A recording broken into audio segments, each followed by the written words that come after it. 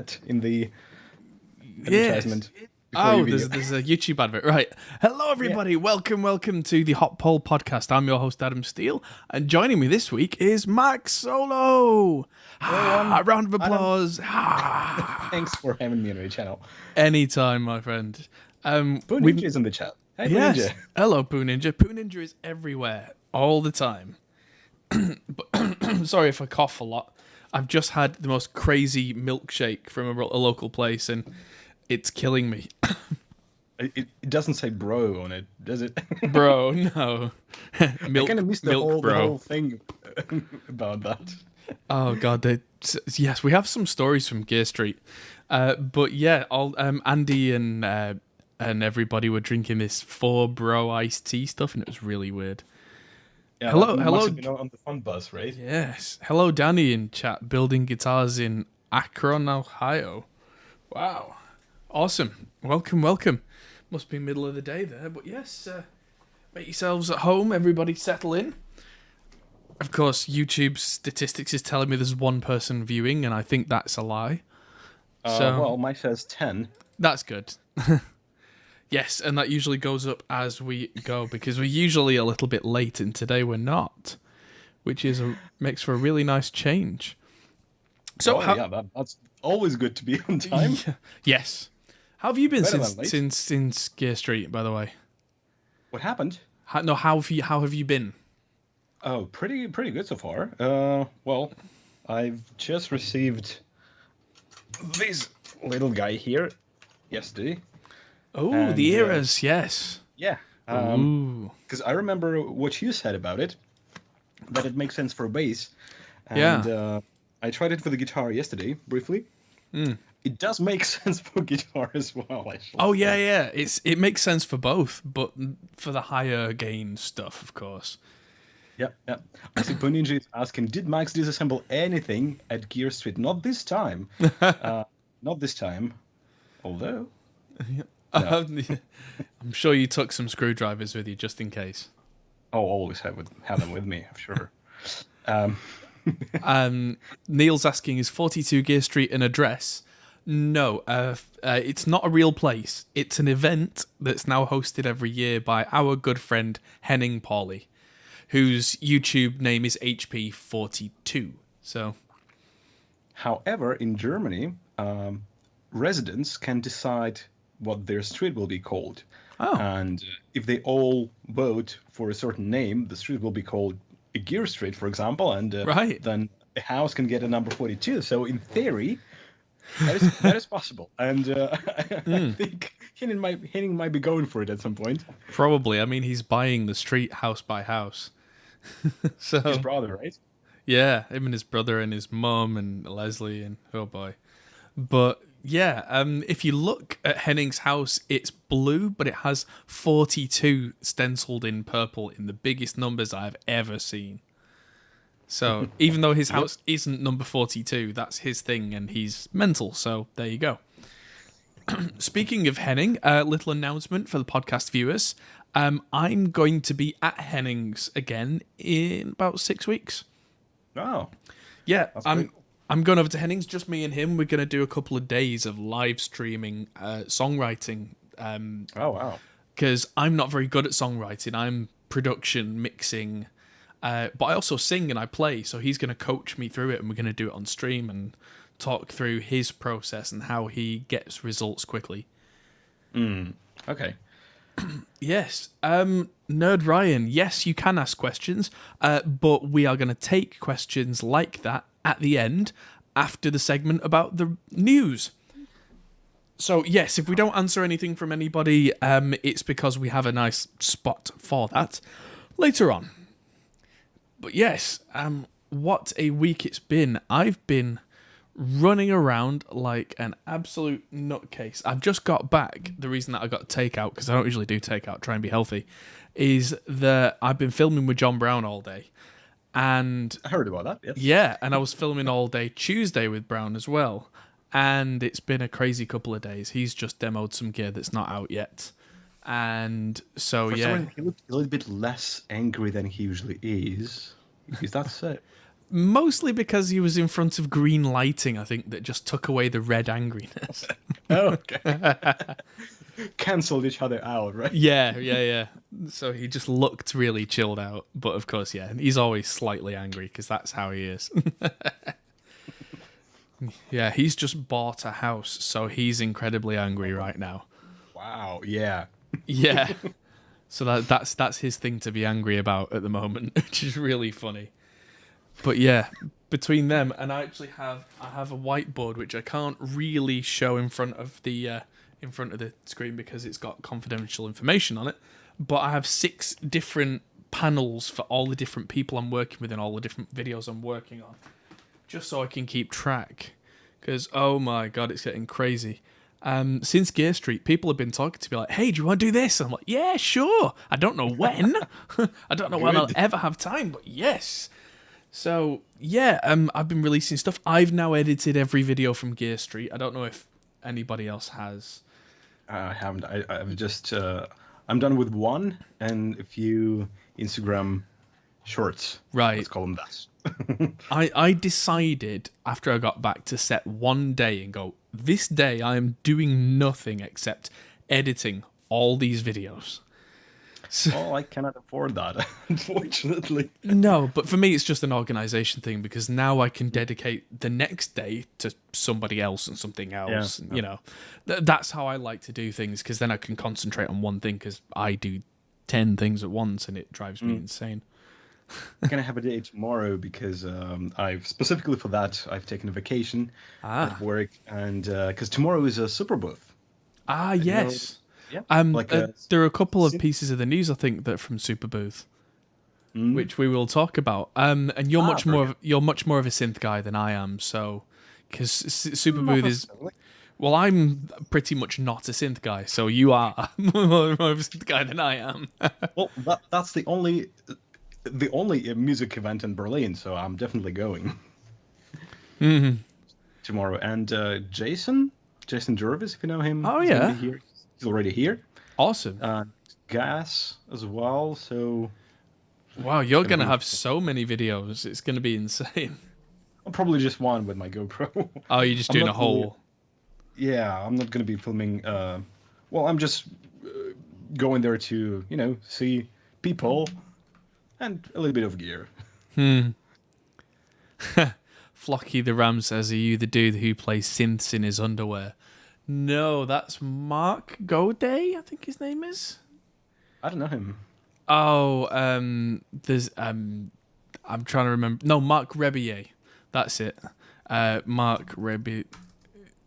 Yeah, I'll paste his name into the chat because Mark Rebier, he is amazing. He makes like synth loops and then starts making crazy songs in his front room in nothing but his underwear. And it sounds horrible, but he's so good that you just can't stop watching. And Mark Rebier, that is not me. Yes, edit week after Super Booth Poo Ninja says, yeah. So that's how that's how I've been trying to do things because I've got a lot of jobs that are not for my channel coming up, so that's the thing is that this is my full-time job now. But the editing that I do for other people, quite often they don't want me to talk about it till it's been released or that kind of thing. So I can say I'm busy and I can't say what on, so I sound like a complete dick.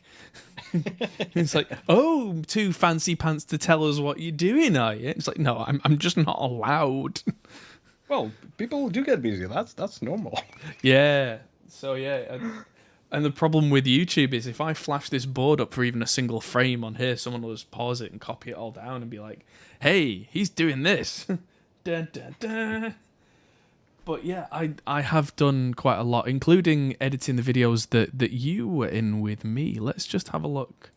They're all. I remember one or two or something. Yeah, there was one with Walrus Audio, which was all of their pedals. Yeah. On bass. That was brilliant.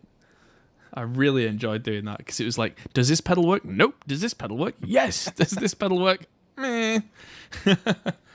So yeah, and we also did a video on the new Engel Iron Ball with a Yoshi Lac bass, which I really, really, really, really, really wanted, but I don't have €2,500 spare. Was I in that one too? Yeah, you were in most of the Engel videos, weren't you? Not really. I mean, I was switching for the first two, maybe. And then Lee. Oh, the Fuge. Lee, Trey, and myself, we've done another one, which was very funny. Right. Good stuff. Yes, is that the one where you do different styles? I saw that. That was great. Yeah, because, I kind of had an idea similar to that before the event, so I told about it to Henning, and of course he said no, because that's what he always says every time I just put an idea in front of him. Yeah. And that time it was like I was going to make a video with Trey. Yeah. And Lee was still in the room because they've just done a video together. I was like, Lee, could you stay for another 15 minutes? I have an idea we could try, and that just went spontaneously. That was pretty cool. Yeah, that turned out really well. That was so funny. Getting 7 strings with surf rock. Oh yeah, that was brilliant. But yes, also I wanted something different than just here's an amp. You can turn that knob this way, it does that, and then it doesn't do the other thing, and there's another switch in the back. Just wanted something more fun, and fortunately it worked. Yes, good stuff. Andre in chat's asking, do you do the Glenn Fricker videos? I do. I edit some of Glenn Fricker's videos. Wow. Not all of them. There's a team of us. I'm one of his main editors, but he pumps videos out, and quite often one of us, the rest of us don't have the time to do that. There's a video going out very soon with Glenn and Scott from Chernobyl Studios, which I edited this weekend. Well, he has too many videos. That's the thing. Yeah, but he now doesn't edit his own because he says he doesn't have the time to edit, and I mean, he isn't a professional editor, so it takes him a long time, and it makes sense. And I am, so sometimes he'll send me the files for something. He'll call me 2 hours later to go, I've sent you the files, and I'll go, I know, I've edited it. Yes. Is Glenn the angry metalhead? That's right, the loud Canadian. Yeah. He's actually not like that in real life. It is very much a character. I know, trade secrets, da da da. But he's really nice. And I mean, he's like that because he used to work for, I think it was Chevrolet, on the factory floor. So he was used to, like, you have 30 seconds to talk to me before the next thing, make it quick. I didn't know that. Okay. Yeah, he worked in manufacturing for cars for a long time. The only reason I can say that now is he's retired. So I'm allowed to now say where he worked because, you don't want to invade on people's privacy. But now that's a historical thing, I can say it. And yeah, he was a car guy, but also on the weekends in his spare time mixing and recording bands. So yeah. That's the thing for Glenn. That's what makes him interesting. Is he's come from a background where it's like go go go go go, come on, and making caravans. Yeah, caravans are so not metal, are they? Dodge making caravans. Oh yeah, he used to make the big MPV things. That's right. Yeah, but whatever pays your bills, I guess. But yeah, he's a fascinating dude, Glenn. But yeah, I digress. Let's talk more about that later. First, it's time for the news. So, I will go quickly through each of our news articles for the week, and then we can talk about our thoughts on the matter. So, most of our news comes from gearnews.com because they're good people who do good news. So I tend to just do opinion pieces. Number 1, Fender have revived an 80s classic, a classic I've never heard of or seen before, with the new Hammer Akamoto Katana bass. I want one of these. Look at that. That's ridiculous. And that's revived. So there must have been an original. That's right. Sometime in the 80s. Yeah. Never seen one. In 85 and 86, they made a Squire Katana. And only a Squire in guitar and bass. That looks so not Fender. I know, right? I would say maybe a Japanese brand would come out with something like this at that time, right? Yeah, well, that's the thing, is that I think these were only Fender and Squier Japan. They were never released outside of Japan, as far as I know. And this one isn't either. This is Japan only, but it's a Fender model. And so there's a white version with tortoise shell, and there's a black version with a bit more of a rounded, almost P-bass-esque plate on there. And I really like the look of this. I kind of want the cream with turtle pickguard one. Yeah, I like the cream one as well. It's interesting that they've put, you can see the pin is underneath, what is that, the 17th fret? That must make it very uncomfortable and probably neck dive. I'm imagining they've put that there rather than at the top because of neck dive. They must have had to try and find somewhere to put that pin that stopped it from just going dunk. Because, ergonomics, you've got to... Or maybe they just try to exaggerate the effect. Maybe. It was made alongside the Fender Performer, says Gear Junkie in chat. Huh. How about that? Speaking of Fenders, new Fender this week? New Fender guitar? Yeah, we will talk about them. They are on the docket. They are... in fact, I'll come to them next while we're talking about Fender. I don't tend to talk about guitars so much on the channel myself because we're more tech-based, but seeing as though you're here, it makes sense to talk about more guitar-y stuff. All right. But yes, one of these, if you can get one in Japan, you're looking at 159,000 yen, which is 1,250 euros, which isn't bad, really. So if you can get one exported, they're probably going to be about 2,000 euros by the time you paid all the export and import taxes. But yes, that's a really weird headstock and a really weird body, and it's really weird. I kind of like it. It's kind of 80s Holloway, isn't it? Yeah. I mean, it's got a dangerous end and another dangerous end. Exactly. Yeah, that's proper, Motley Crue or If Kiss weren't BC Rich guys. Yep. Awesome. Moving on. Next, Waves Factory, who make Track Spacer, which is one of my favourite plugins, have just released Quantum, transient shaping on a whole new level. So, whatever that means, apparently there's an EQ enhancer convolution and a limiter per transient. And compressor, chorus, saturation, pitch shifting, stereo tools, and a delay. So everything in one plugin. Yeah, but only triggered by transients. Okay. So what? All of those are dynamic, kind of. Yeah, so you can have them either... so I'm just reading them off the picture here. But it looks like you can add whatever effects you like to the transient and then whatever effects you like to the sustain separately. I see. So you could have... that's interesting, because, you could have, a delay on the sustain, so you don't get that... Yeah, exactly. Kind of thing in the delay. That's weird. Yeah, I like this. I like weird. I mean, one of my favourite plugins that I use on drums a lot is from a company called Boz Labs. It's called the Transgressor.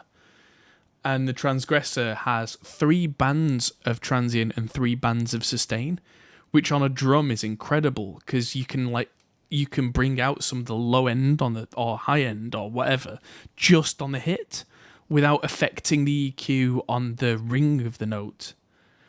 Well, the name sounds aggressive enough, doesn't it? Yeah. But because you can say EQ the sustain without affecting the hit or whatever, you can do some really clever stuff. And because of that, I quite often on things like Toms will now use one plugin. And I don't need an EQ, I don't need a compressor, I don't need gates, I don't need anything. I just reduce the sustain on the bits I don't want. Exactly. If it does everything you need, then... Yeah. Absolutely. So this comes out October 1st from Waves Factory and is 99 euros currently. I'm definitely going to be checking this out for sure. I went and bought the Wave Shaper, what's it called? Track Spacer from these guys, Waves Factory. And that is a really nice thing to have in my mixes. It's kind of like Have you used TrackSpacer? No. Right, so it's a sidechain thing, but it's not really a compressor. Like, what I do with it is on a big dense mix, I have TrackSpacer on my rhythm guitars, and it's keyed from the vocals, so that whenever the vocals are sounding, whatever specific frequencies the vocals are strong in, it dips a little bit of that on the guitars. That's clever. Very clever. And because it only does specific frequencies and doesn't just duck the whole thing, you don't hear it. You don't notice it. You don't hear a ducking effect. But somehow, Like a sidechain dynamic multi-compressor or something like that. Yeah, exactly. But Multi-band, but it's infinite bands because it just pulls out specific frequencies, and it's very clever. Suddenly things like vocals just have space in a dense mix without me having to turn other things down. It's kind of crazy how it works. And that sounds like a game saver. Yeah, for absolutely. some mixes, at least. Yeah. In my experience, if it's not a good mix in the first place, it won't save it. But if you've got a good mix, but you're just getting some frequency clashes, it's that last 10% that just makes it magic. It's great. And so, those guys know what they're doing. So I'm going to be checking that out as soon as I possibly can. Now, moving on. Are you an Apple guy at all, Max? I'm an anti-Apple guy. Anti-Apple, right? Well, I do have this, but that's mostly Same. because I needed it for some gear reviews. But other than that, I would be very happy to switch. Right. I'm kind of similar. It's pissing me off constantly, every day. It's funny. I'm a PC guy right now, but in terms of mobile, I'm definitely an iPhone guy because that's simple, and I like simple in something that I need to just do simple. But something I need to do complicated, like mixes and live streams and stuff. PC guy. So anyway, there was a new keynote, and the new iPhone 13 is coming out and doesn't have much in the way of new stuff. Is it like an iPad of some sort? What's that? You mentioned a new keynote. Oh, sorry, that's the keynote speech. That's that's their new announcement. That's what they call it. Is the Apple keynote speech. Okay, I thought it was a product named keynote. Right? No, sorry. Something for musicians or something. No, that's their big announcement. That's what they call it. I see. And so there are new iPads out actually that are way cheaper than the iPhones and have a lot of their features, and it's really weird how there's new stuff and it's all cool, and the big iPhone 13s have got crazy lenses now, and they can film in Apple ProRes format on phone. That's a bit of a game changer. Although that means... but that's a very kind of niche market, I would say. I mean, not everyone needs that. Hey, you want to fill up the storage on your phone in an hour? Use ProRes. Exactly. Don't forget to connect your SSD. Yeah, that's it. God, yeah. But you can't use third-party things with an iPhone because Apple. So yeah. But I don't know. It's cool that it can do that, and the new lenses are really quite nice. But it's a lot of money. I mean, if my phone dies or I'm out of contract and the 13's still the new model, I'll probably end up with it. But I won't be like, oh my god, I have to have it. It's going to be like, well, time for a new one. 1100 for the Pro Max, right? I see. Yeah. Mm-hmm. Yeah, so that's the Pro Max is the all guns blazing, the everything. So you don't need that. Although some people want that because they want to flash their phone around and be like, look at me, I'm the best, blah blah blah. Plus, of course, there's the Apple tax on storage, which is, as it goes up, it costs you 3 times as much for twice as much storage. Yeah. But I mean, if people want to buy it, they can. But it's there. So, nothing really new for audio guys. Here's one that caught my eye. Boss, I saw the news for this today, have released 2 new pedals. The SY200, which is the synth, and the IR200, which is a direct competitor to this. I want to try both. Seriously. I mean, because I'm like into SY pedals. I have the SY 300, and I love it. Right. I like synth stuff. Yeah, I have the GR 55, I believe it's called. Right. Which I don't really use that often because I use SY 300. And IRs, well, you will understand me because when it comes to IRs, you're an IR nutcase, absolutely. Although Boss are really trying to muscle in on the market that Two Notes have made for themselves, because it's got a preamp and an amp model inside as well. So the IR one's probably worth talking about the most because it's got, as far as I know, some basic amp models. Mm-hmm. Yeah, classic clean, tweed, class A, vintage, high gain, bass amps. So you can go directly into it or use an overdrive pedal in front of it, so you don't necessarily need a preamp then. Exactly, which is what Two Notes did with the software update on this. This has an inbuilt preamp too. Exactly, yeah, I know.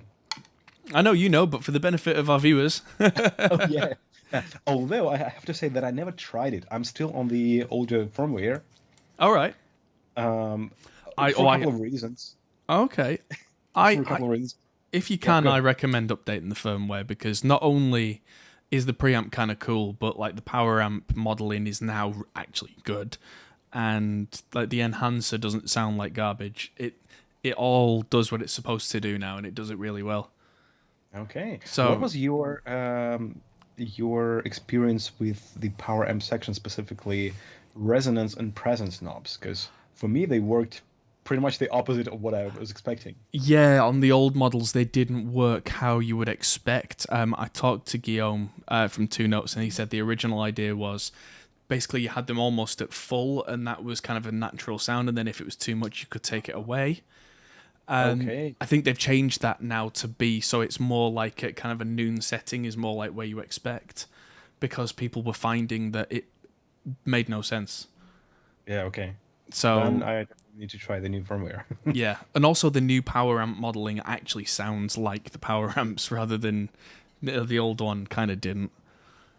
So yeah, I've got one permanently on my baseboard now, and it just sounds great. And this one, I need to update and get back on my other board, because I'm going out doing some tour dates for the first time in forever starting next week.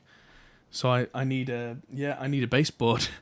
Yeah, a friend of mine called me up and said, "Hey, I need someone every Saturday for the next 6 weeks." So I was like, "Yep, wow, sign me up." Good. So what are you going to be doing? Wedding shows. So yeah, like small capacity. I'll be bass playing and probably backing vocals for 3-hour shows, which is intense. I just got an offer yesterday for another theatrical show, which I'm very excited about, because I played it a couple of years ago and it was so much fun, and it's the same team, so I know the team is going to be brilliant. Good stuff. And I really love the show, so I'm really looking forward to that. I don't know the venue yet. Right, okay. But Rent is always a lot of fun to play. Good stuff. Oh yeah, Rent. Oh, I bet that's a lot of fun. Good stuff. I'm a musical guy. More than I'm a metal guy. Interesting. I was never that much of a musical guy when I was growing up. I was in a production of Les Mis, but other than that, it's not really my scene. Well, it's not that I'm that much into musicals. I like to play them because it's a completely different level of concentration and focus you need during the show. Because it's not just a band of 5-6 people. There's another 20 people on stage. Right. And everything has to be in sync, on cue, and work together. Yes. In the best case scenario. Oh yeah, man, no, I that always drove me crazy, and I'm not very good at sight reading either. So I'm very bad at sight reading. So you just memorize prepare as much as I can. Right. Oh yeah, no, I always found that very difficult, and yeah, so that's how I ended up in production. Because usually I've got the if I'm recording people doing CDs for musicals or whatever, I've got the musical director behind me on the sofa, and he's reading it and talking to the artist like this was wrong, and I'm just sat there like Okay, let's go back from bar 17. Yeah. So yeah, but yeah, this is going to be very interesting to look at these. The Amp and IR is €369, which I think is more than the Cab M now. If not, it's roughly in the same ballpark. Do we have any specs for it here? 32-bit ADDA, 96 kilohertz. But what about the IR length? Anything on that? Let's have a look. Mono input. The critical number everyone's bitching about. Yeah, it is. Let's see if we can find out. Of course, they won't tell you anywhere because it's Boss. You'll just upload whatever you want, and it'll truncate it on the way in, I'm sure. I don't know. This one now does 200 millisecond IRs. Yep. So that's some serious clout right there for a hardware unit. And this is, I think this is 24-bit in 96K, which is more than good enough. Yeah, and as long as the IRs are longer than, let's say, 40 or 80 milliseconds, that's good enough. Although, actually, one thing you can now do on these, I don't know if it's with the new firmware or what, is you can select in the menu 40, 100, or 200, and latency that goes with it, so that's a trade-off. You can get lower latency. I think the 40 millisecond, it's something like 0.5 millisecond latency or something stupid. Mine is on the low settings. Really? Yeah, because I always wanted to the least amount of latency possible. Right. Well, that's kind of bugging me. Even on the longest on this, I think it's something like 1.5 milliseconds. And especially as a bass player, because it's so low, a lot of the time I find that like by the time I've finished actually pulling the string, it's still, it doesn't make much difference. There's almost latency in actually playing the thing. So Ninja says, "Le bass has le competition." Yes, awesome.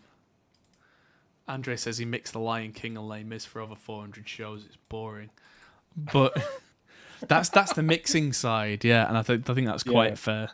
But yeah, I've been in a production of Les Mis. I've not been behind the board for it, so yeah, I can see how it would be quite kind of right. This cue, that cue, click, click, mute, unmute.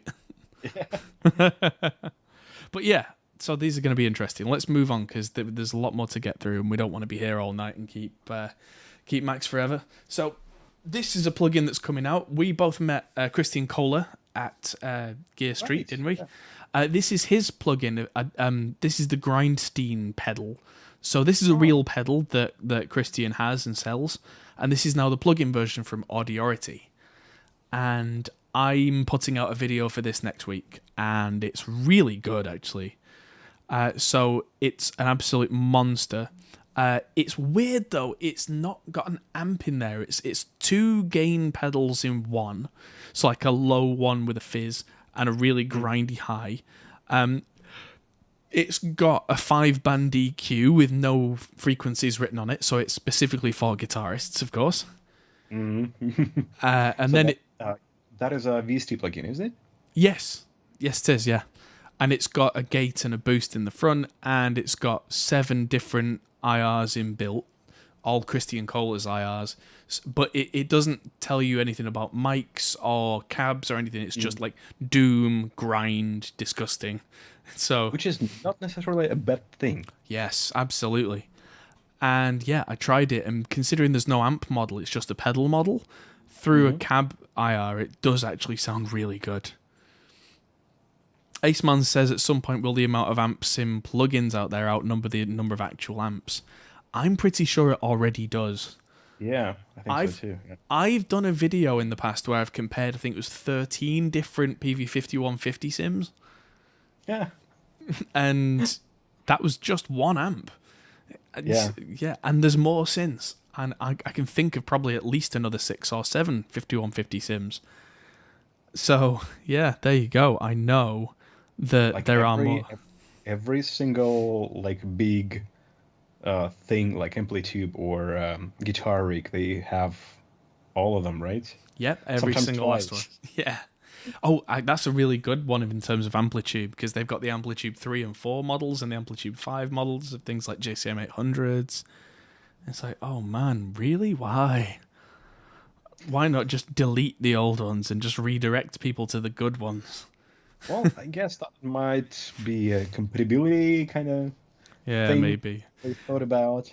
Yeah. But it's like, well, if you buy an Amplitude 5, you don't want the Amplitude 3 stuff in there. If you do, you probably already owned it. Well, it's better to ask them. I suppose so. I mean, if there's one thing I don't need, it's a JCM 800, because right back there behind me, I've got the real deal. I need one. I want one. Yes. Well, eventually one day I may sell you this one. It's a 1978 Marshall JMP, which it's a 2203 100-watt model. And I bought it from a keyboard player who was going to throw it in the trash because he thought it was old and broken. Well, yeah, for keyboards. Exactly. It may sound like it is. Yeah, he was like, I can never get a good sound out of it. I was like, it's all right, mate. I'll give you some money. I'll make it work. Run away. Yeah.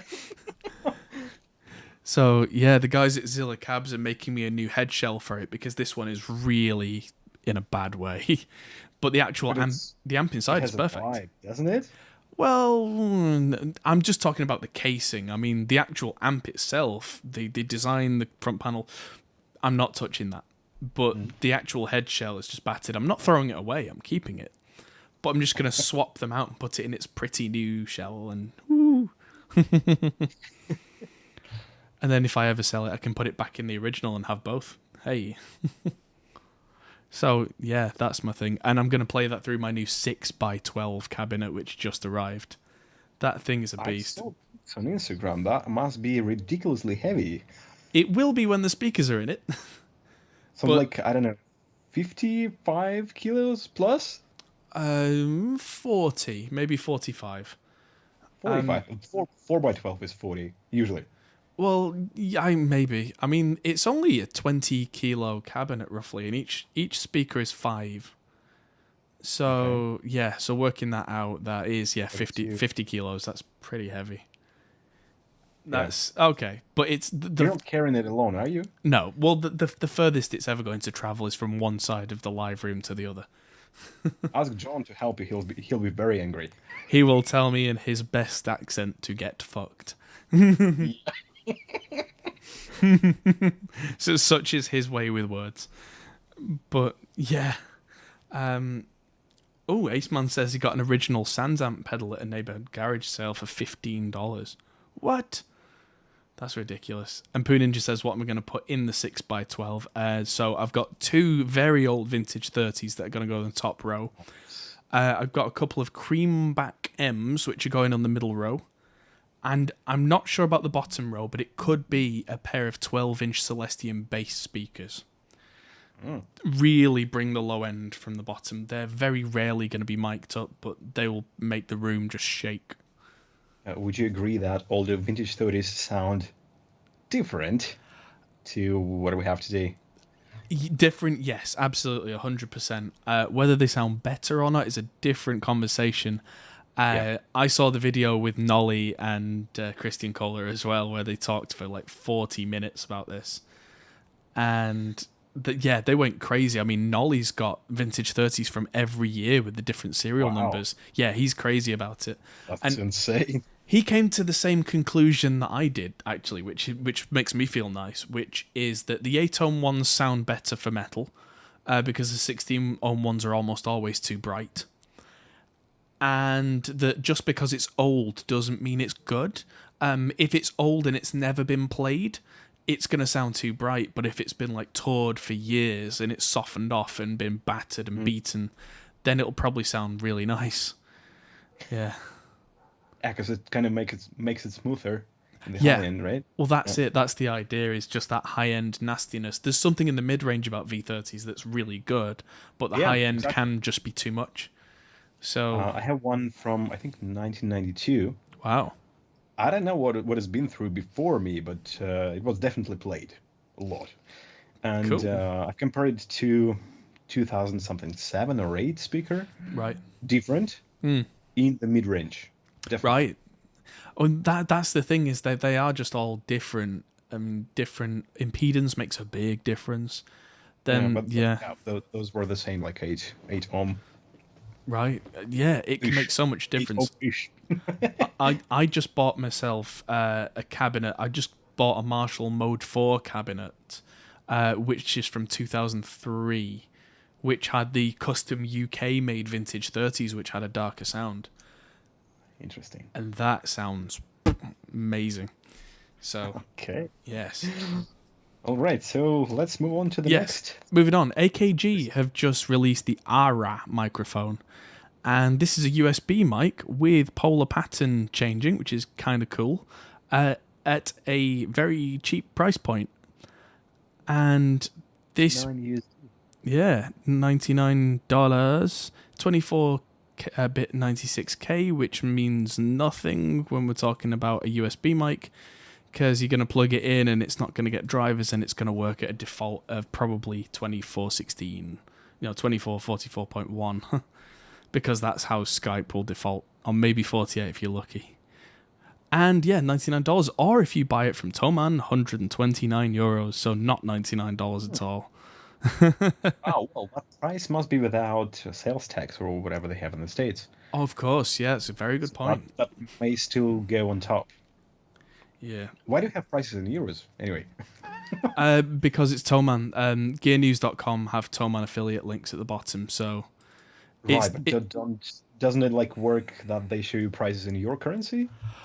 No, by default, it's just in euros on when it's hosted as an affiliate thing. Or is it just a picture, probably? It is, but it's generated, but it's pre-generated by GearNews.com. If I click on that buy now, that's going to come up, and it's going to be in pounds. Yeah. And it's a bit less in pounds, actually, so that's good. Yeah. But it's not in stock already. They've sold out. Interesting. Oh, wow. But yeah, if you want to go get that, go get that. Moving on. Fender, meant to talk about this earlier. As Andy Ferris calls them, the PP range. PP range, yeah, true. Player Plus, the PP. Well, I've seen Instagram videos. I haven't watched a single video. I haven't read anything. So, but I want to know: are these a higher priced than like a Mexico Standard or whatever they called now, like Player, or are they lower priced? What's the rough price point of the Mexican stuff?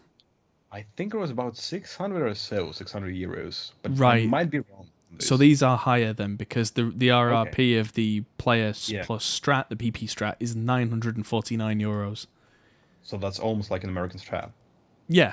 So it's $1,000 US dollars. Well, that's the thing, isn't it? It's got things like a flatter radius, and it's got noiseless pickups. So upgraded hardware and a more modern neck. I like the orange one. I like the finish. I like the finish on this blue to white. Yeah. Those two are just looking at me. But I wouldn't pay €1,000 for it. And it looks like the only bass they've done. I wouldn't say no. Yeah. Oh, if they sent me one, I'd play it, and then I'd be like, yeah, this is all right. I mean, it's a bit crap, but thank you for watching. Actually, the Strat kind of thing, I feel like it never ends for me. I had a history with looking for a perfect Stratocaster. That happened like 6 or 7 years ago, and then it suddenly continued this year, out of nowhere. So I got another Strat, and it feels like something is still missing. Because I'm still eyeing some guitars. Oh, that never stops. Never, ever stops. It's like, okay, I got a perfect 1958 Stratocaster. Now I need a 53 telly. Now I need a 54 telly. Now I need a 61 Stratocaster. Because they're all different. And you end up in a crazy, conspiracy theorist guitar nutcase hole of, oh my God, I got too many guitars. Which is the best way to be, of course. Anyway, these would be very interesting to try. Yeah, and specifically compare them to the Player, to the regular series. Oh, there's a whole range of jazz basses as well, including Bel Air Blue Jazz Bass. I could definitely see myself touring with that, because that is very pretty. Although I don't know if I'd pay 900 and something pounds for it, but that speaks to me. Yes, very, very pretty. But yeah, some of these, they do get a little expensive. There's a 5-string, that's why it's more expensive. Yeah. Yeah, I've always found 5-string jazz basses questionable. They just aren't built for it. But yeah. I don't know. For me, it's kind of harder to play 4-string bass than a 5-string, because I got used to 5 strings so much that on a 4-string, I'm lost. Right. I don't know where I am on the neck anymore. It makes sense. I had that for a long time because I went from 4 to 5 to 6. But once you've gone up to 6, I think that's kind of sink or swim that you get. You have to then change your mind the way it works. Otherwise, you just, tough luck. For me, playing a 4-string bass is like playing in a dead cat. You know what I mean? Yeah. Oh, I don't know. When you just try to play a chord, it's like, what is going on? Yeah. I don't know. The only reason I'm not a big fan of 5-string jazz basses is because they took quite a nice slim neck profile and they just kind of added more. So suddenly it becomes a big, thick, chunky thing. Whereas most pre-designed 5-strings have kind of a slim neck profile because it's so wide. Is this still like modern C, a very round profile on the 5-string? I don't know. Let's have a look. Modern C. Wow. Okay, that must be very chunky then. Yeah, that's the problem. Modern C is great, but then it's such a wide neck that means that I've not got very big hands, and for me that's just too much. It starts to stretch my hand. Whereas when you've got a big, when you've got big meaty hands like some people do, they're like, 6-string with a precision neck. They're just like whatever. It's like a baseball bat, and I'm like, no. I wonder where those are made. These, let's find out. I think they're Mexican. Because the players are Mexican as well. So these are just like the premium level Mexican. Mexico. Pretty sure I saw somewhere that they are Mex. Let's just Mex. Yeah, made in Mexico. There we go. Huh. So yeah, these are the premium range made in Mexico stuff. So, talking about premium range of the lower end stuff, Orange have now made their Crush solid state amps into the Super Crush. I have already seen a picture somewhere on Instagram. What is this? So Orange, the Crush series is all the solid state heads. So this is their top of the range solid state, which 100-watt solid state doesn't seem like very much, although Orange know how to get the most out of a solid state system. But they made the Pedal Baby, was it last year or the year before? A couple of years ago. That was 100 watts, and it was smaller than the orange and black pieces of this panel here. Yeah, but I mean, those solid state amps, they're usually tiny. It's just one kind of thing. Yeah. So that's the question is, why have they made it this big? And I mean, it's mostly for aesthetics. It must be. I guess so, yeah, sure. And it's got JFET preamp instead of a valve preamp, which I actually have no issue with that side of things, because JFETs, when they're in the right circuit, sound scarily like preamp valves. Yeah, they can sound pretty good. Of course, it does depend on the design, right? I'm playing this using kind of Black Spirit 200 for a couple of years now, and that's my go-to amp for pretty much every video. Ah, interesting, because I've got the Black Spirit 200, and it doesn't see much use.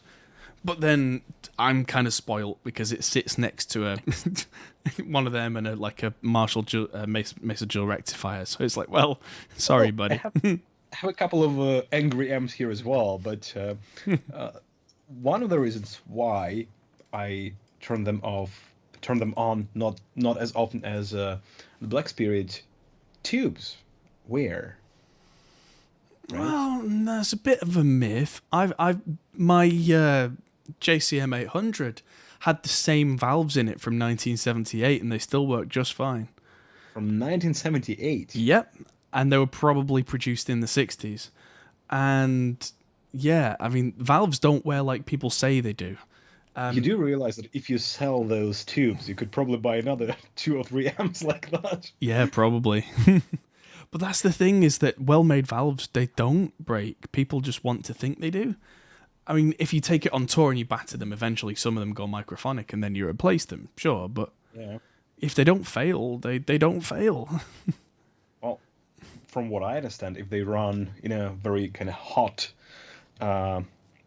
state, so to speak, then something physically happens, changes them inside. Well, have there been any tests? Oh, that's no, but that's the thing. It's the kind of thing where that would be very difficult to test, I think, because you'd have to leave an amp on live for like months. This is something you and I would probably do. Yeah, I don't know if I could afford the electricity bill though. Getting crazy. I mean, I did actually have one amp for a while that probably would wear the valves out, and that was a Bogner Shiva. That thing had one pair of EL34s in it, and it ran them at 800 volts. Oh, wow, yeah, that's way too hot. Yeah, but that was on purpose. That was part of the design that Reinhold Bogner actually said, like, I know this is way above the spec of EL34s, but it sounds incredible, so just keep a spare. Yeah, he's a madman, but to be fair, the clean sound on that was the nicest clean sound of any amp I have ever heard. I mean, it made my Fender Twin sound pathetic, if you can imagine. That doesn't happen. Do you have a 65 or a 68 Twin? It's a reissue Silverface. Okay. Sorry, no, it's a it's a black face, silver cloth black panel. Okay. Reissue. So, yeah, I mean, it sounds good, but this Shiva, I played it and was just like, whoa. It was one of those where with something like a Strat, if you played hard, it would punch you. Yeah. The transient was just so immediate. Yeah. Yeah. It's cool. Like when I played a Strat for the first time, I had that feeling because I used to play dark sounding guitars, mahogany guitars with humbuckers. Oh yeah. And I was very much into funk. Well, that is not the best combination, not the brightest combination for funk music. So I developed a very hard attack in my right hand. And the very first time I played a Strat, I was like, oh, really? I don't need to do anything. It's like, oh yeah, this is how it started. Then that was the time when I thought, okay, I want a toy like this. Yeah. It's funny. I never really understood what guitar compressors do when I was younger because I learned on like Marshalls, solid state Marshalls, cheap Marshalls, but the Marshall idea, where if you really hit a Marshall, it just crunches. And then it's only a few years back that I played something like a Fender Twin, and I played it with no compressor, and I hit it, and it hit me back. And it's like, oh, that's why you need a compressor. Right, okay. Oh, yeah. Yeah, when you finally have that moment where you're just like, oh, I get it now. It's to take away that painful thing. Well, there's another reason why. For example, for those like single note lines, if you don't crank it up specifically, compression helps with sustain and make it beautiful. Sure, I mean, I always kind of understood that, but I mean from a really visceral kind of physical thing, because my usual approach, if it wasn't sustaining, was just turn the gain up a little more, which does add some form of compression, but not in the same way. But I was just like, I like this sound, that's okay. And I don't even mean high gain stuff. I mean, like, because I grew up with the Marshall type sound, if it wasn't cutting through, even on the clean channel, it would start to compress. Whereas on, the Fender stuff, you turn it up and it just gets louder. Until somebody dies. Exactly. I mean, they are surprisingly loud at that amount of watts, right? Yeah. Oh, that's it. I mean, the Fender stuff that's like 100 ultra linear watts through speakers that'll easily take it. It's just like, oh wow. All right. So what else have we got? If you want Super Crush, the €500 for one of them, which isn't bad actually. So let's move on. Talking about compressors, next news article, the Keeley Mini Compressor. So I had a 4-knob Keeley compressor for a long time as a studio tool. It was really useful. And the 2-knob compressor was the same, but with the two controls that you shouldn't touch, just inside instead. Yeah. Well, the funny thing is I don't have a single compressor pedal. Right. That is really weird. And I have one. After last year's... Okay, I checked that one last year at 42 Gear Street. And since then, I kind of think that I probably need one. And I kind of even have an idea what I will be using it for. But I still don't have any. This has to change. Yes. Well, that's it. I only ended up with the Ego compressor because I was talking to Jason, who now works at 2 Notes, who used to work at Wampler. And so I ended up buying that off him. But yeah, I'm not usually a compression kind of guy, apart from studio compression, like post compression. But yeah. I do now appreciate what guitar compressors do. And like I had a Keeley one for quite a while, and the mini one is exactly as it says, and it's got a much more updated, funky design than the old grey silver one that I had. And so they also do a nice classy white one, which looks a lot like the JHS3 series, which is probably a cheeky nod from Robert Keeley, because I know that Robert Keeley and Josh Scott are friends. So it's probably like a, hey, look at this. Look at what I made. But yeah, Robert Keeley, I hope that Robert Keeley's doing well. Last time I heard, he was going in for surgery for something. That was fairly recently. I've not heard anything bad since, so I'm going to assume that he's okay. But yeah, there's been nothing on the website. I mean, that tells me from a very positive standpoint that he's still around. So yeah.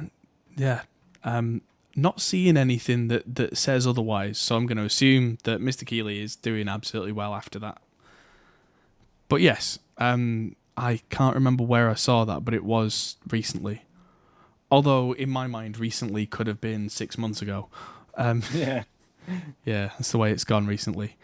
But yeah, let's go from talking about this compressor to this monster. Have you seen this? Oh, yeah. I've seen everybody's talking about the John Petrucci Majesty 8-string. What an absolute beast. I heard it's going to be like a limited run of John was very many guitars. Yeah, Brown was telling me about this. It was a run of 100. They sold out within a minute. Oh, wow. Yeah, and this is $4,000 and something guitars, and they sold out within a minute. That's insane. Probably more, because I've just looked at Music Man's the other week, and some of those go like 5-6. Yeah. Okay. Most of the really expensive ones are what they call the Ball Family Reserve, which is like the special woods.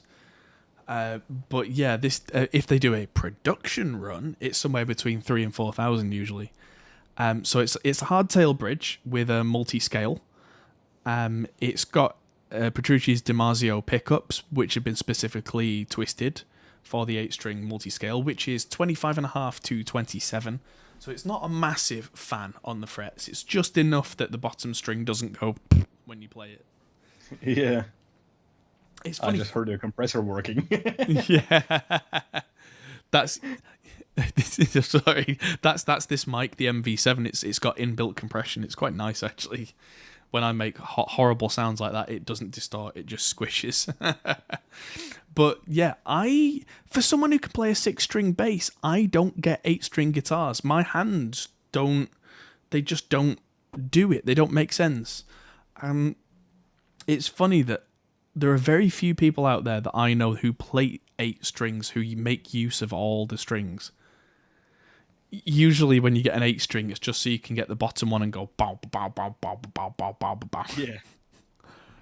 But yeah, might as well be a baritone tuned down to whatever F sharp it is. Yeah, I mean that's 4,200 a piece. Thank you, Chris. So if I could, I still wouldn't buy this. I'd buy a 6-string 27-inch baritone with a fixed bridge of this. Because like some of my favourite guitar tones are baritones, and I've been looking at baritones for a while. I need to get back to it because right now my main heavy guitar is a Telecaster clone, which you can see just the bottom of it there. It's not the heaviest you have. But it's in drop B with Fishman. I thought in terms of weight. Oh no, heavy sound. No, I'm kidding. Yeah, it's down tuned to drop B, and it's got Fishman Fluence Devin Townsend pickups in it, and it sounds huge. But it's only a 25.5-inch scale, and if you hit it really hard, it kind of goes. And you need a 27 of baritone. Yeah, or a 25.5 Evertune, but I'm not spending more money on getting Evertunes fitted again, because I've got a guitar now at the studio which has an Evertune on it, and it's wonderful, but it costs far too much money to have that retrofitted. It costs more than the guitar cost. I still need to try one. It's an eye-opener, especially for someone who's quite heavy-handed like me. Because my primary instrument is bass, when I come to guitar and I play heavily, I play heavily. Like, I really lean into it. And with an Evertune, it sounds angry. The strings go, yeah. Yes, exactly. Now, if I'm playing in standard on something like 11s, I'm okay. I'm not like completely ham-fisted, but enough that, especially in lower tunings, which low tension, it becomes a problem. And yeah, how heavy does that Evertune make it? Not super heavy. Everyone says, "Oh, it adds weight to the guitar. It must be super heavy." And the amount it has to be the same weight as Floyd Rose altogether with all the springs and everything. It is it's more than a Floyd. It's because it is quite a significant part of the guitar because it has to have a full. It's the springs are like the springs in the back of the guitar, but twice as long. Times 6. So it is quite a significant piece, but it only adds a couple of pounds to a guitar, but it removes about a pound of wood. So by the time you've finished, it is a weight increase, but if it wasn't the heaviest guitar in the world anyway, it won't kill you. If you're trying to go super light with something like a Parker Fly, you're really going to notice. But if you were already playing a traditional style Les Paul, you're not going to notice the difference. So, yeah, I mean, they do way more, but the people who like to complain about the weight are the people who like to complain about anything. So, yeah, there you go. Speaking of this Majesty, I wonder if we're going to see an 8-string Sterling at some point. Oh, I would put money on it.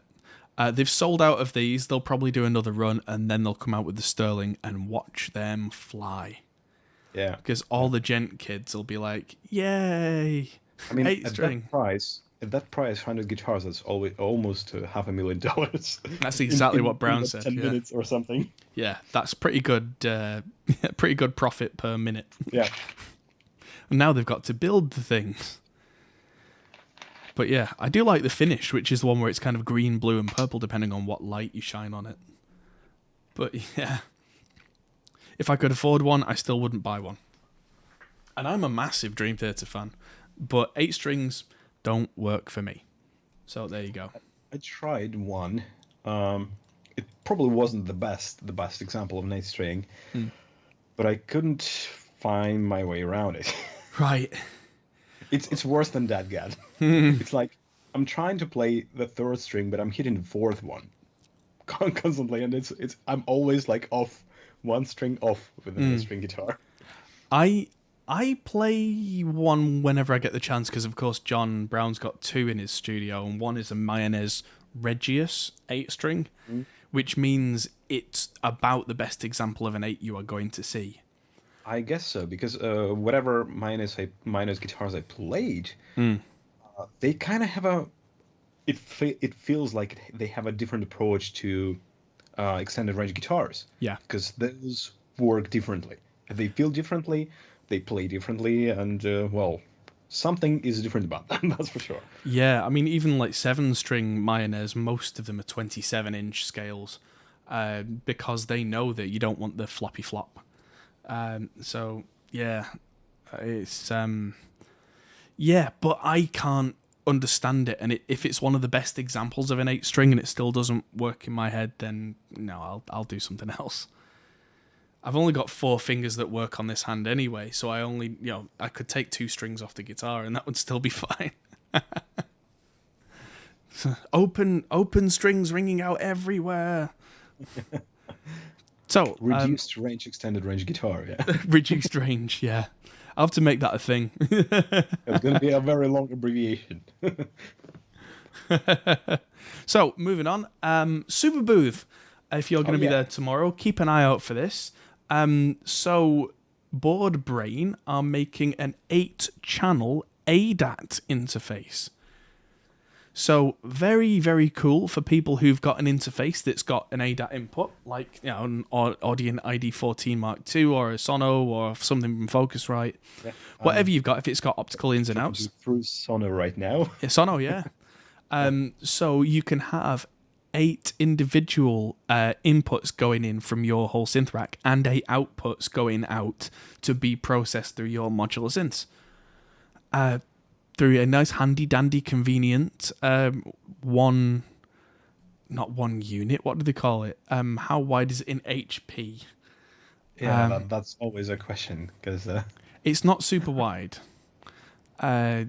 It's about as wide looking at it visually as a 1-unit rack unit put on its side.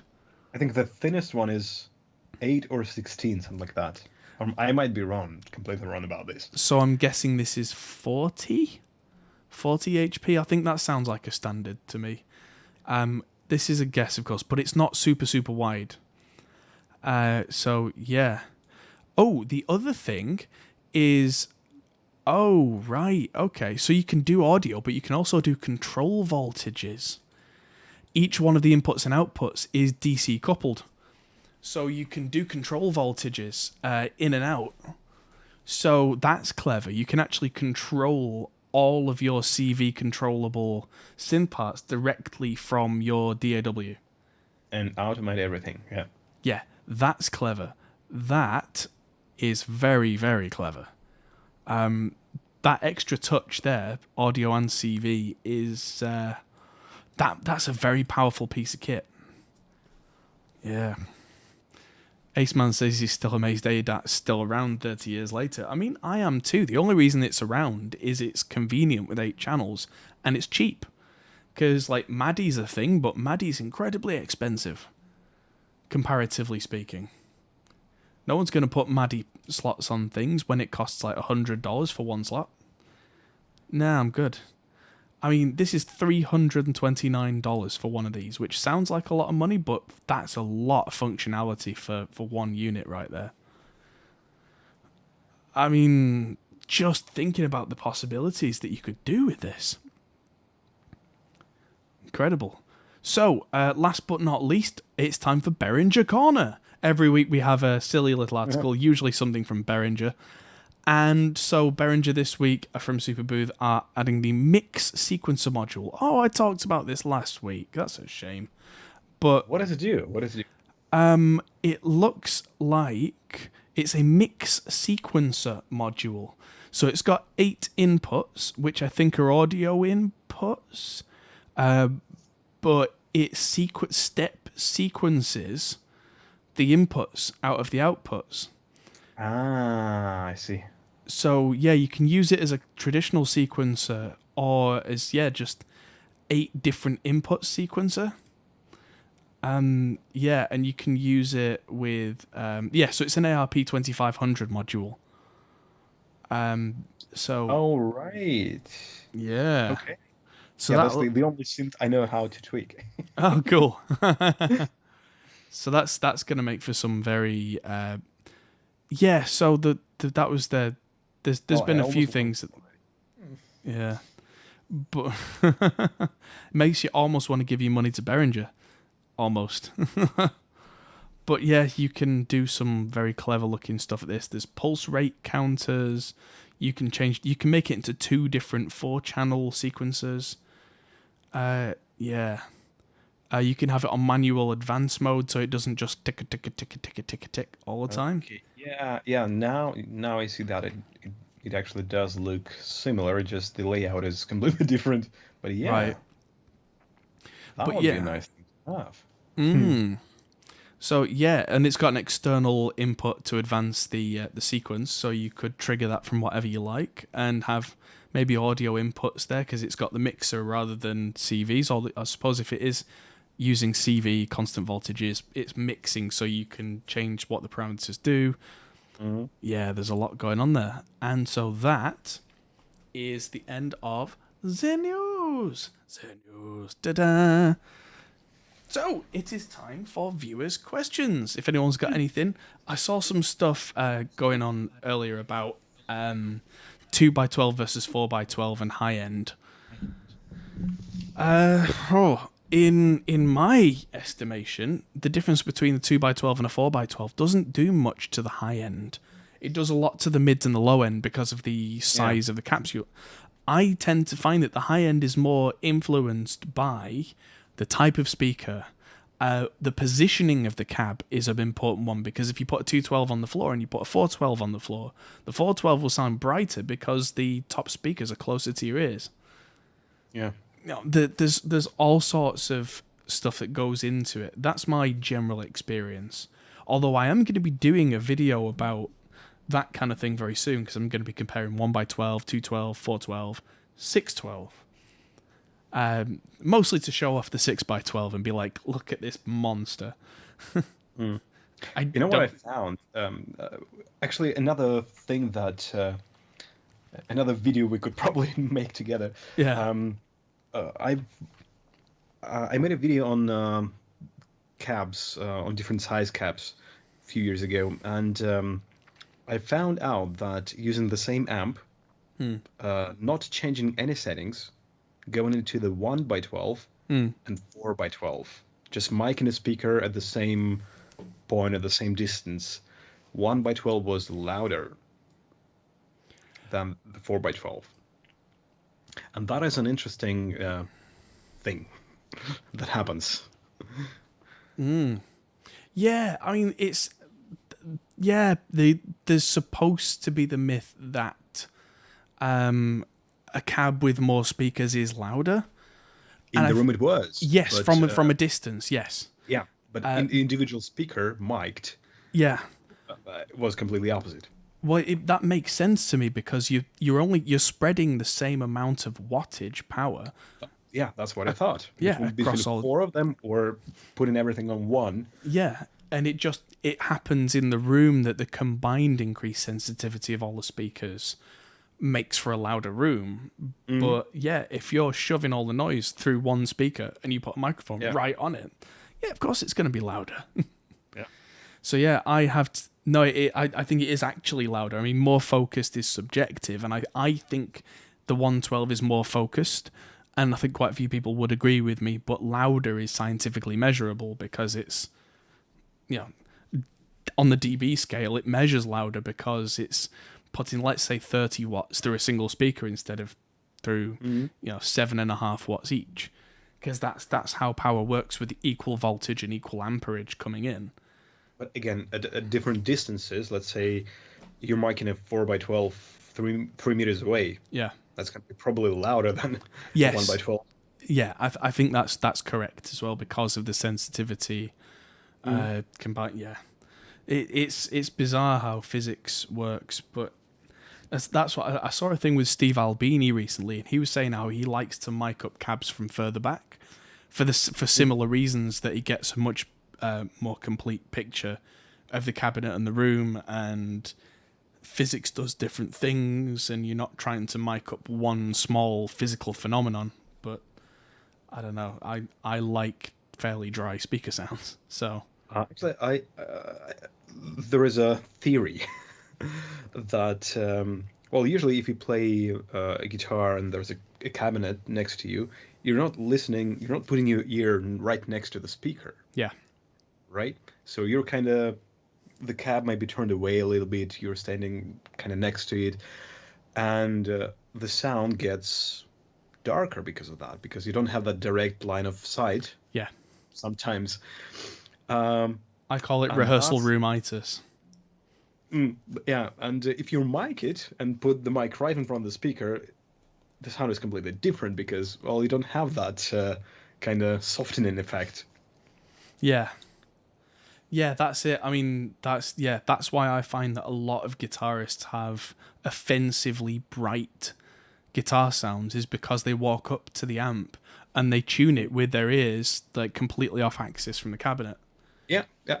So what I like to do in the studio is either put the head in the control room and get them to listen through the monitors, or if they really insist on being in the room, then I put the head on the other side of the room and run a long speaker cable and get them to stand there, and then they very quickly realize, without me telling them, they start turning the treble down and start turning the presence down.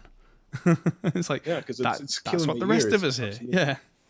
Some of the best band practices I've ever orchestrated for bands are where, like, I get the guitarist to stand next to the bass amp and the bass player to stand next to the guitar amp. And what I would usually try to do on stage, I would try to put the speaker cab on the side of the stage as far as possible. Yeah. Like 3-5 meters if I can, I would do that, because then I can actually hear it. Right. And not people on the other side of the stage. Ah, yes. What I do is I get the guitar cabinet and I throw it away, never bring it, and use in-ears. That's the plan. That's the plan. Yeah, I try and be very practical about it, because I understand that as much as I love my sound at shows, I need to hear everything. So it's just like, in-ears, mix, right, okay, fine. And then it's like, oh, but you don't feel it the same. No, you don't. But you can get through the show. Exactly. In a much more convenient way. Actually, in the recent years, I'm using a very small 1x12 cab, which is slanted, 45 degrees slanted. So I'm kind of having it in front of me as a monitor. Oh yeah. Just like the monitors would do. Yeah. And it is also very focused. And I got that one, I think, when I started playing theaters more and more, because when you have a string section next to you, they all have condenser mics. You cannot afford a guitar amp and a guitar cab, and that thing is small. It's quieter. It's focused, so I can run it kind of at a lower volume and hear myself good enough and bright enough, because I kind of have that effect of a speaker being in front of me, right in front of me. Yes. And then somebody sitting next to me is fine. Yeah, I'm fine enough. Yeah, I mean, even if they using like a condenser mic or something. Yeah. Yeah, exactly. I'm working on a plan with Paul from Zilla Cabs right now. He's making exactly that. He's making me a guitar wedge.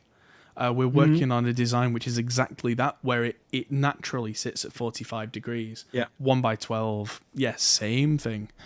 Totally that's makes sense. Yeah. But I'm thinking about loading it with a bass speaker maybe, and having that, as long as it's like an ultra high wattage bass speaker, so it doesn't just pop as a 1x12. But we'll see, because once it's an idea and it's in place, then it's ready for mass market. But yeah, we'll see. What else did I say? Al was saying wants to know what kind of speakers I'm putting in the 612.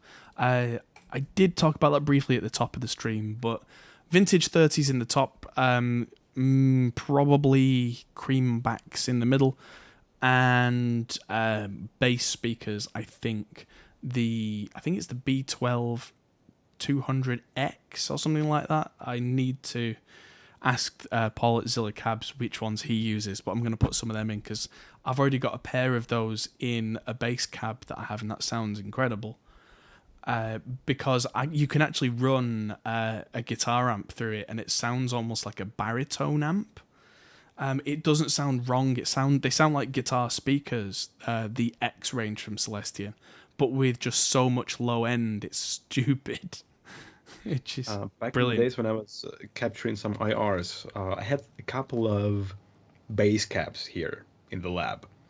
I mic'd those as well, and I still have the IRs. And they sound surprisingly well on heavy guitars, like aggressive. but in a different way. Yeah. Some of those you could easily use in a mix. Good stuff. I mean, whatever works, works. Yeah. I really do like having kind of some go-to primary guitar tones, but then layering something really different underneath. And that really different thing can be anything, like use a bass amp, bass cab, whatever, and like I just got a tiny little 10-inch 1x10 cabinet made for leads, and they sit so well. I mean, it's a 10-inch speaker and it's about an 11-inch by 11-inch cab. It's tiny. And I copied the idea from Queen, from the John Deacon speaker. Oh yeah, yeah, the DC amp. Yeah. We had those for the We Will Rock You show on stage. Right. And they were so loud. We used them for feedback because right in the beginning of the show, you remember that Innuendo song? Oh yeah. And 2 guitars, I think minor third in between, fading in, but you need to get them to feedback first. So we had a pedal and we had those amps on stage to get them feedback. Yeah, so the one I've had made, I've put the 45-watt cream back in there, which 45 watts in a little 1x10 thing. Yeah, AC30 on full won't blow it. I actually find 10-inch speakers very hard to mic because you need to aim much more precisely. Oh yeah, but that's it. I mean, it means that I also have much more fine control on the miking, especially in the studio. That if it's not quite working in the mix, I just nudge it. Done. Yeah. So there you go. Any more questions? I can see lots of stuff going on about BBE sonic maximizers. Sorry guys, I can't stand them. I tend to find that in a mix they make my teeth hurt. They do something to the high end. They kind of make it brittle, and I just tend to find that in a mix I turn it off and things are better. If you like it, you like it. Have you got any experience with the BBE stuff? I don't even know what it is. Oh, BBE Sonic Maximizer. They are loved and hated by guitarists in equal measure. BBE Sonic. I mean, I've used. I'll just put that in the chat.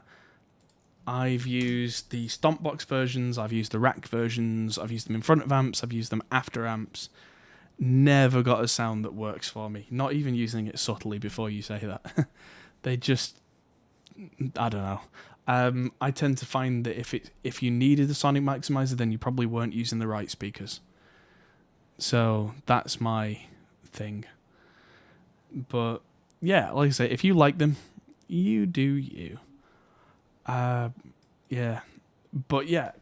Come on, guys. Oh, a question from Chris. 1 amp or amp sim to rule them all. You go first. Well, amp sim. Well, I've just tried the new Amplitude and it's surprisingly well. Yeah, I kind of like it. Oh, sorry, I'm not falling asleep on you. That's the milkshake. Speaking of the amp, well, depends on the on the goal, so to speak. What for? For my personal fun or for a specific show, for a specific, kind of production? Yeah. If it's just for me to have fun, that would probably be a Soldano clone, because the original was way too expensive for me to afford. If it's going to be something else just for like general cover band things, then I would go for something 3 channels, smaller size, lightweight, something like Black Spirit, because it kind of does everything I need. Into that direction, maybe. Yeah, okay. And I wouldn't have been sure what to say before today, but it just so happens that me and John were playing through the Neural Quad Cortex today. I would happily take that as if I had to choose one thing, because oh my god, it sounded so good. Like, ridiculously good. I mean, if it was a choice between that and 1 amp sound, then I would choose my dual rectifier Road King, because that thing sounds amazing. But if I needed something that covered every bass, the Quad Cortex did. We put it on Roland Jazz Chorus mode, and it sounded real, which I've never heard a Jazz Chorus clone that sounds real, because they always, all the designers who make, JC120 models, they always assume that they're just clean forever. They just assume that no matter how hard you hit, it's a clean amp, because it's solid state. But no, when you hit it really hard, it starts to crunch. And right, yeah, especially when John was doing it, it crunched just a little. They do actually. I had Jazz Chorus, I think 120 here, with a 4x10 cab. Oh, so you had the head. I think I don't remember if it was a head and a cab, or just one big thing. Probably was one big thing. If it was one big thing, then you had the JC160. They're probably rare. They're super rare. Yeah, that one. And it sounded awesome on clean. That magical stereo effect that you get with that chorus. Unbelievable. But it also had like a drive channel. The distortion. Kind of really weird and ridiculous in a way. Yeah. I know that it can be dirty as well. They're so loud as well. So loud. Yeah. Crazy loud. They move the air in one clean. Yeah. Special. Clean. Oh, easy. Yeah, that's the thing. You can just keep going and going and going. You know why they sounded so good on the chorus, those things? Because it's like a stereo amp. Not only that, but it was a Boss CE1 that was in the circuit. The original CE1 was the chorus in that. And that's why it was so good, because those things, they cost so much money. Now if you can find a CE1. What's the trick? Isn't it possible just to recreate it? Kind of, but the thing is, like, most choruses, they kind of go up, down, up, down, up, down. Yeah. The CE1 goes like crazy, like all over the show. It's weird. It doesn't behave like anything else. And nobody knows why, but it just sounds... I mean, now you can get that sound. You can get the CE2 Waza, and it's got a CE1 mode. But if you want the actual analog real deal, you get the pedal, which is a big brown thing about this big. And they were designed for keyboards, so you have to get like them modded for guitar impedance. Or get a Roland Jazz Chorus, because that was inbuilt. And it's just so good. And I found out by miking one up that the way it sounds so big is one side has that chorus completely wet and one side is completely dry. Exactly. I've actually taken it apart, and I could see like a huge those solid state, amps. All the transistors, all the MOSFETs, yeah. Yeah, two for each side. Yeah, huge. And a huge radiator. Yeah. That's it. The amount of heat they generate is crazy. But yeah, they sound so good. Any more questions, everybody? Sarang says, did anyone have a mid-2000s Roland Cube? No, can't say as it did. Apparently it was like a JC120 with built-in extra stuff. But yeah, if that's all the questions we've got, then that's all we've got time for. So thank you, everybody. Oh, one quick one from Ace Man. Have you tried or ever used Auto Align? I have not. I've tried it, actually, and meh. I can align things on my own, Yeah, I can have the same feeling, like, meh. Yeah, I mean, it is cool, but, like, it's saying there was a huge difference on aligned drums and non-aligned drums. I've had this conversation with other engineers who record drums, and I've come to the decision that not time aligning things is how I like drums to be. As long as everything's in phase, and so it's recorded properly, I don't want everything perfectly time corrected, because the way that a lot of guys in metal will perfectly time align the overheads to things like the snare, and that's tighter, but it doesn't sound better, not to me. The reasoning is that, let's say you hit a snare, and we'll slow time down so it goes crack, and just as it hits, it makes the head vibrate, then it makes the underhead vibrate, then it goes out, hits the tom mics, then it goes out, hits the overheads, then goes out and hits the room mics. And at each stage, there is a small amount of like pre-delay. And for each amount of pre-delay, that makes it sound bigger. And there are a lot of 80s and 90s studio engineers who will actually take the room mics and add 30 to 40 milliseconds more pre-delay because it makes them sound further away and it makes the room sound bigger. Yeah. So rather than trying to align it, they're trying to unalign it. And it works and it makes for massive sounds. And that is what I would much rather do. So from a technical standpoint, sure, it sounds better. But if your room was a good sounding room in the first place, let it breathe. What do you reckon? Pooh Ninja is leaving us for work, but I guess we're pretty much at the end of this show. Anyway. Someone's got to keep the moon spinning, exactly. Yeah, absolutely. But yeah, that's my thing about time aligning things like drums. And yes, auto align is a phase correction plugin, but it's a time correction plugin to make phase work. And yeah, I'm the kind of person who will go right in to the very like sample level if I need to, if I've been sent files, and just correct it myself till it sounds right. But yeah, I mean, from a technical perspective, time aligning drums can sound nice. Then you play it back and something's missing. That's my experience. It can be really useful if you're doing something like Glenn Fricker, my good friend Glenn. He did a video a few months back, maybe even late, not so old. He was recording a bass amp, and he had a Yamaha sub-kick type thing right up against the speaker, and he had a U47 clone, not a real one, about 2 feet away. And the phase problems there would be huge, but he used auto align, and it snapped them back in, and it really sounded good.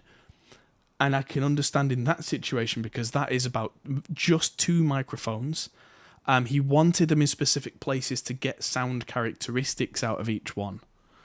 His specific reasoning is that he wanted the tweeter of the bass amp to be a part of the sound, but not close mic'd.